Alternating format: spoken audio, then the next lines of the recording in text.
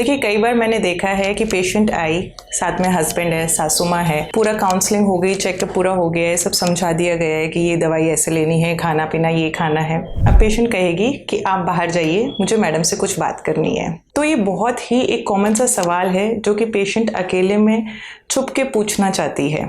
ये सवाल है सेक्स का कि मैडम मैं सेक्स कर सकती हूँ या नहीं, तीसरा महीना है, कोई दिक्कत तो नहीं होगी, लास्ट का 9वां महीना चल रहा है, कोई दिक्कत तो नहीं होगी। तो आज मैं डॉक्टर प्रिया मिल शिवालिक हॉस्पिटल से आपके अपने YouTube channel Shivalik multi speciality and neuro trauma centre पे इस बारे में एक साइंटिफिक और लॉजिकल डिस्कशन करेंगे।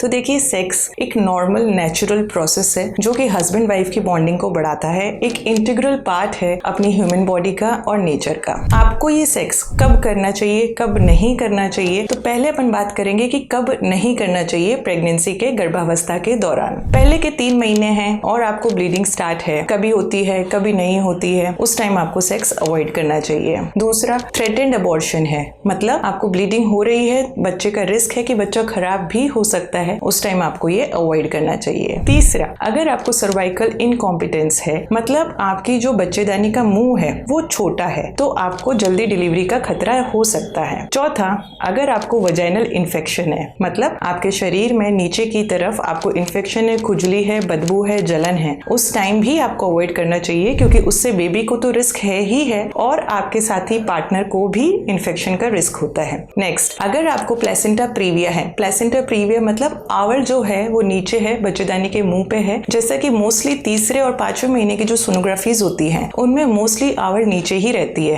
लेकिन जैसे जैसे प्रेगनेंसी प्रोग्रेस करती है, 7वां महीना हुआ, 9वां महीना हुआ, मोस्टली 90% जो आपकी आवल है सोनोग्राफी में वो ऊपर चढ़ी हुई पाई जाती है। लेकिन मान लीजिए 7वें महीने पे सोनोग्राफी कराई है और आवल अब भी नीचे है, तो आपको सेक्स अवॉइड करना चाहिए। अगर आपको हिस्ट्री रही है, पहले कोई अबॉर्शन की हिस्ट्री है, पिछले आपके 2-3 मिस कैरेजेस हो चुके हैं, तो भी आपको ये अवॉइड करना चाहिए। या आपको कोई प्री टर्म लेबर की हिस्ट्री है, मतलब आपको डिलीवरी जल्दी हो गई थी 7वें महीने में या 6ठे महीने में, तो भी आपको इस प्रेगनेंसी में सेक्स नहीं करना चाहिए। ये तो हो गई बात कि सेक्स कब नहीं करना चाहिए। अब अपन बात करेंगे कि सेक्स के फायदे क्या हैं। सबसे पहली बात, फायदा क्या होगा, दोनों हस्बैंड वाइफ हैं, दोनों की जर्नी है, प्रेगनेंसी है, दोनों को बेबी होने वाला है, तो दोनों के बीच में बॉन्डिंग बहुत अच्छी होनी जरूरी है ताकि आपके जो वो 9 महीने हैं वो अच्छे से अच्छे निकले। अब देखिए पहले 3 महीने क्या होता है, औरतों को उल्टियां, जी घबराना, तबीयत ठीक ना रहना, भूख ना लगना, तो उस टाइम वैसे ही थोड़ा सा मूड कम होता है सेक्स करने का। लास्ट के 3 महीने में क्या होता है कि आपके यूट्रस का जो साइज होता है, जो बच्चेदानी का साइज होता है, पेट का साइज वो बहुत बढ़ जाता है, उसकी वजह से भी लेडी थोड़ी अनकंफर्टेबल होती है। तो जो सेकेंड ट्राइमेस्टर होता है, जो बीच के 3 महीने होते हैं, वो लेडी के लिए भी कंफर्टेबल है और रिस्क से भी बाहर होते हैं क्योंकि उस टाइम पेट का साइज भी आपका नॉर्मल सा रहता है और उस टाइम जो पहले 3 महीने की प्रॉब्लम्स होती है, उल्टियां, जी घबराना वगैरह, वो सब भी नहीं होता है। दूसरा, सेक्स की वजह से रिलीज होते हैं हैप्पी हार्मोन्स जैसे कि एंडोर्फिन्स हो गया, डोपामिन हो गया, ये आपको खुश रखते हैं। तीसरा, जब आपको ऑर्गेज्म होता है तो रिलीज होता है ऑक्सीटोसिन हार्मोन जो कि आपकी पेन टॉलरेंस को बढ़ाता है, मतलब आपकी जो दर्द सहने की क्षमता होती है उसको वो बढ़ाता है। अब कुछ पेशेंट्स का सवाल होता है कि मैडम पोजीशन कौन सी सही रहेगी सेक्स के लिए, तो देखिए मोस्टली जो नॉर्मल पोजीशन होती है, मिशनरी पोजीशन, वही सही होती है, लेकिन लास्ट में जब आपके पेट का साइज बढ़ चुका है तो साइड पोजीशन आपके लिए ठीक रहती है क्योंकि बच्चा बढ़ने की वजह से यूट्रस पहले ही बड़ी बड़ी वेसल्स को कंप्रेस करता है, सेक्स की वजह से थोड़ा और कंप्रेशन हो सकता है, दबाव पड़ सकता है बड़ी बड़ी नसों के ऊपर, उसकी वजह से बीपी कम होना, घबराहट होना, ये सब दिक्कतें आपको हो सकती हैं। अब कुछ कॉमन से क्वेश्चंस हैं जो कि मैं आपको बताना चाहूंगी, जो कि पेशेंट से डरे रहते हैं, पूछ नहीं पाते हैं कि मैडम सेक्स करेंगे तो बच्चा तो नहीं खराब हो जाएगा, एबॉर्शन तो नहीं हो जाएगा।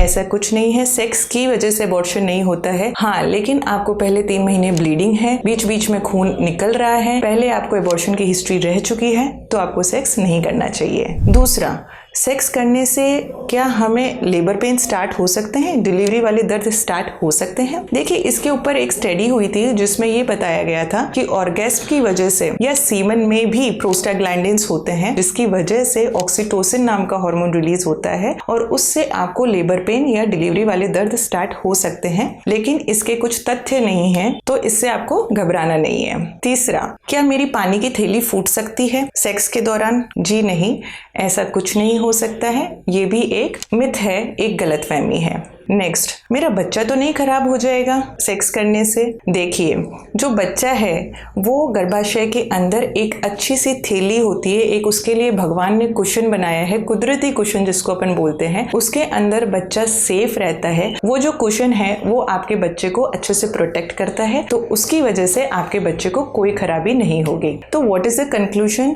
लास्ट का कंक्लूजन क्या है कि अगर हस्बैंड और वाइफ दोनों कंफर्टेबल हैं, किसी भी टाइम में 9 महीने अगर आपको कहीं कोई प्रॉब्लम नहीं है, आपको डॉक्टर ने कोई ऐसा रिस्क नहीं बताया है कि इसकी वजह से बच्चा खराब हो सकता है या आपको सेक्स अवॉइड करना है, तो आप आराम से सेक्स कर सकते हैं, इसमें कोई दिक्कत नहीं है। मेरे ख्याल से आज मैंने आपके छुपे हुए सवालों का जवाब अच्छे से दे दिया है। अगर आपको ठीक लगता है तो फॉलो करिए, सब्सक्राइब करिए। Thank you.